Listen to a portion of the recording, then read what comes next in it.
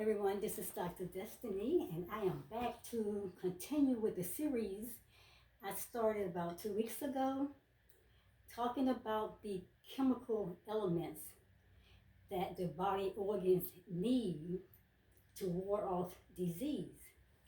And like I said, there's series 1 out there, there's series 2, and today I am doing series 3.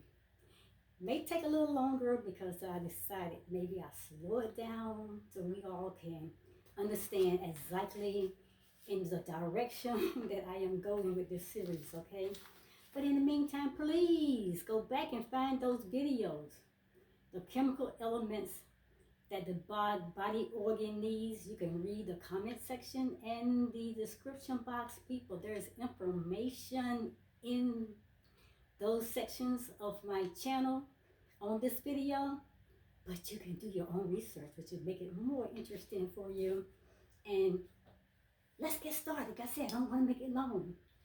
So, as I said, series 1 is out there already, series 2, and today, series 3, talking about the chemical elements that the human body needs to ward off diseases.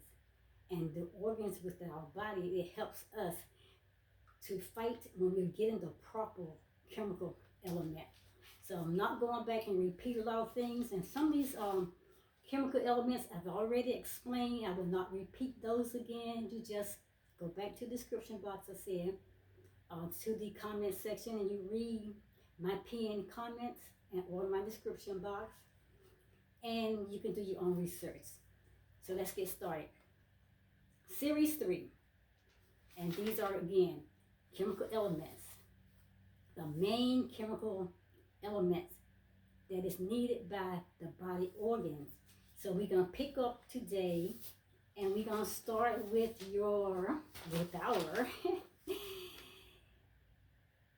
our kidneys. So our kidneys, people, it needs chlorine. So I'm going to give you some information about what chlorine does for the body, as well as some foods that you can get chlorine from. Chlorine is a cleanser, found and needed mostly in the digestive system and the secretions. It is the cleanser in the body and expels waste. It freshens the body as well as purifies the body and disinfects. Deficiencies contribute to sluggish liver and glandular swellings. Now, like I said, I'm not going to tell y'all anybody how to eat, what foods to eat, what diet to choose, but I'm going to give it out there, some of the things in different foods. And then you know what diet that you're on, what foods you can or cannot eat or choose not to eat. So, some food sources would be like goat's milk. And goat's milk, people, it provides chlorine, and it contributes to having a effective, assistance. And I'm going to go back and read it again. Goat's milk provides chlorine, effective in your kidney problems because of its germicidal effect. Other principal sources of foods would be like your raw milk, fish, cheese, coconut, beets, radishes, dry figs, endive, watercress, cucumbers, carrots, leeks, beets and stuff I've probably already mentioned, but you can get it from different cheeses like your Swiss cheese, your Italian cheeses. But people, you can get chlorine in all of the green vegetables. So, the next thing in our body we want to talk about, it will be your skin and circulation organ of the body. And what the skin and the circulation needs, it needs sulfur, silicon, and it needs oxygen. So let's start with silicon. No, let's start with sulfur first. Let's do sulfur. This is what your skin and circulation needs sulfur. Sulfur is like a balancer in the body, a balancer in the body. It's a brain and tissue chemical element, and it's found and needed mostly in your nervous system. Sulfur, it tones the system, it purifies it, and it activates the body, and it intensifies feelings and emotions. Sulfur needs iodine to work properly. Driving force for goals and achievements are stimulated by sulfur foods. Indication of sulfur deficiency are of variety and change. Anemic looking skin. Indications of excess sulfur is that your face sources have that burning kind of feeling, and the excess indicates that you need more chlorine, and the chlorine that you need, and you also would need the magnesium in your foods. I hope we got that. Okay. Also, let me repeat that because I want to make sure we got that. Okay. Indication of sulfur deficiency are fretty, pouty, retiring late and you rising early, poor appetite in the morning, extremes of variety and change, anemic looking skin.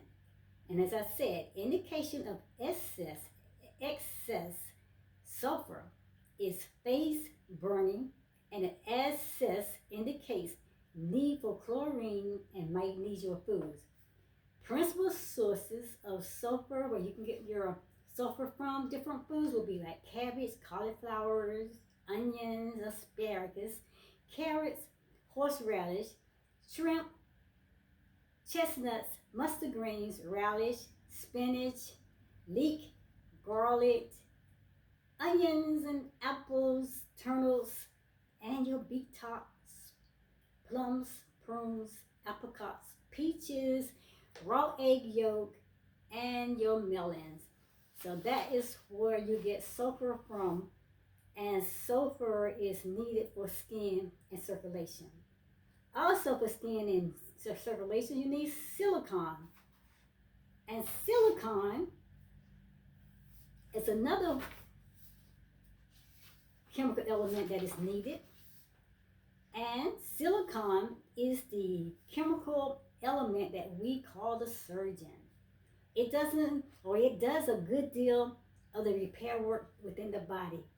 It is one of the hard working elements that we need for replacing those old skin tissues in your body with the new skin tissue, with new cells and organs and things in the body. It is found in the brain and your nerve membranes that help to keep our nervous system as well as our brain faculties functioning. Silicon, it is found in the linings of your organs, and it helps the magnetic installation of your nerves. It favors tendon and ligament activities. It is one of the elements that helps to keep the muscles firm and elastic and the blood warm within your body. It keeps the skin, your hair, and your complexion in very good condition.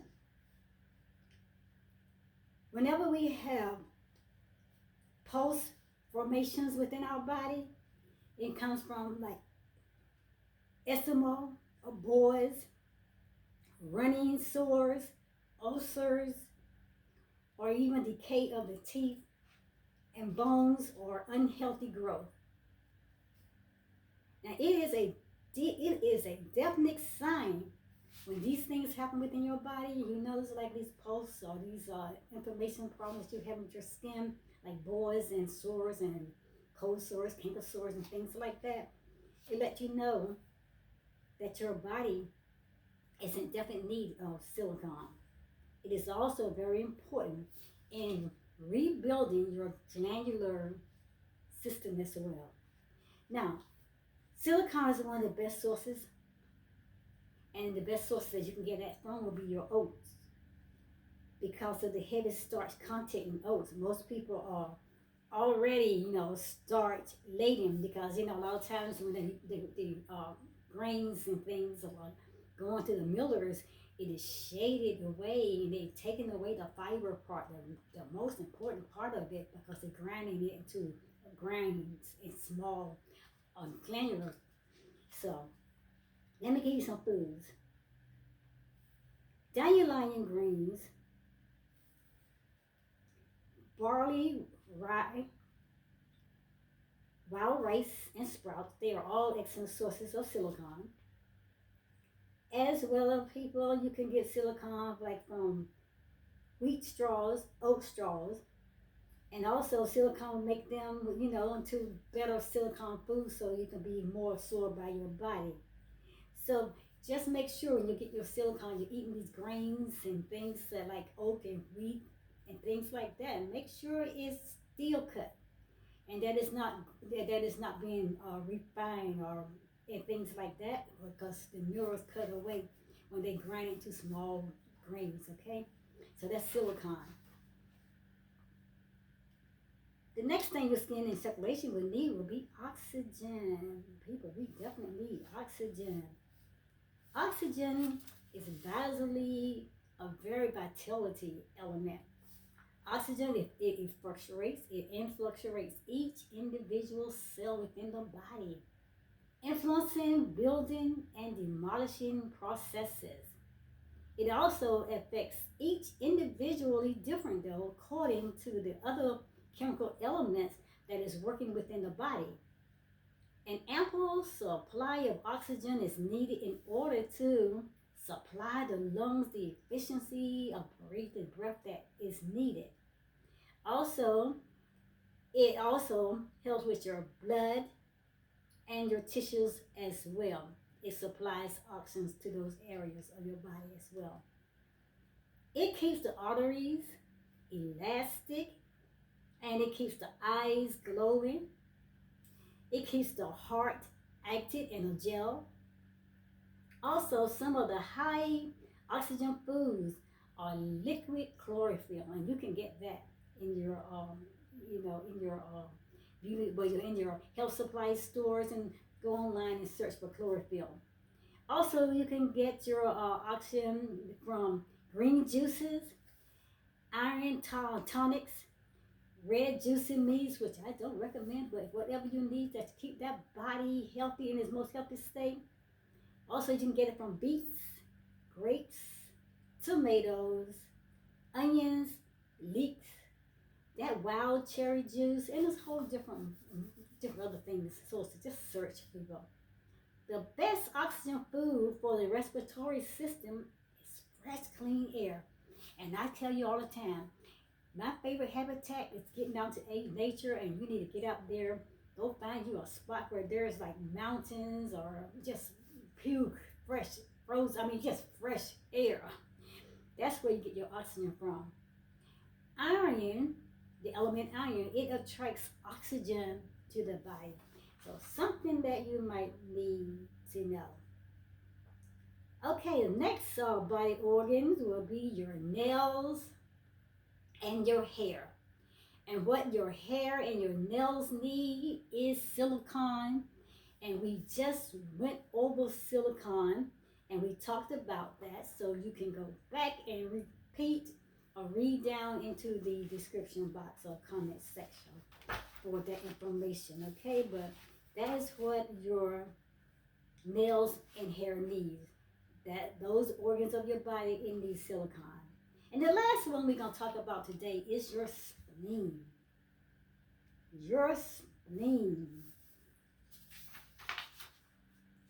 The body organs and spleen, it needs chlorine and it needs copper.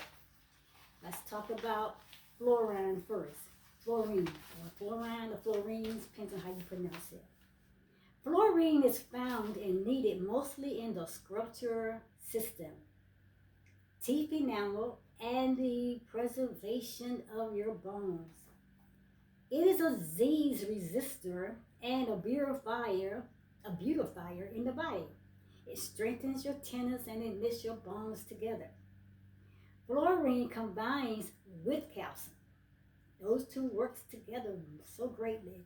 Fluorine, it combines with calcium. It is stored in the spleen, your eye structure, and your eye tissues, or your elastic tissues. Fluorine is destroyed by high temperatures. And here are some foods and things, the sources that you can get fluorine from. Raw goat milk, it contains the highest amount of fluorine. That's that goat's milk. Raw goat's milk contains the highest amounts of chlorine. Other principal sources of foods that you can get fluorine from are cauliflower, cabbage, cheese, cow milk, which is dairy milk, raw egg yolk, cod liver oil, Brussels sprouts, spinach, tomatoes, and watercress, salad vegetables, people, and that black bass fish. You know what diets that you on, what you can or cannot eat, what you choose to eat, and what you choose not to eat. So that's up to you to make those choices about your foods. So that you want to make sure you get the amount of fluorine that your body needs. And that will be, I think that's the last one for today. That is what the spleen needs. Okay, we said the spleen needs fluorine.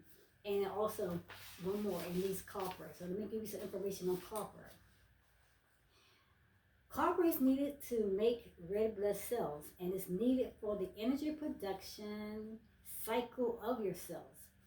Copper helps your body absorb iron from the intestines. It also plays a role in making new bone and connective tissues. That's what copper does, and that is what your body needs. Your spleen organs in the body, it needs copper. Also, some food sources that you can get copper from would be your shellfish, your seeds, your nuts, your organ meats, whole grain, and chocolate. And people, there are so many more out there that you need to please look into. So we're going to conclude series 3 today. And the next series coming up will be series 4. And I will come back with 4 more body organs. And I will explain the chemical elements of each one of those organs that is needed to ward off disease and to fight off the germs and everything in your body. So people, the human body, they needs these chemical elements. And like I said, you can help out by making sure that you're eating the right foods, that you're getting the right amount of nutrition, that you're getting what your body needs, or those organs are calling for you to feed me, nourish me.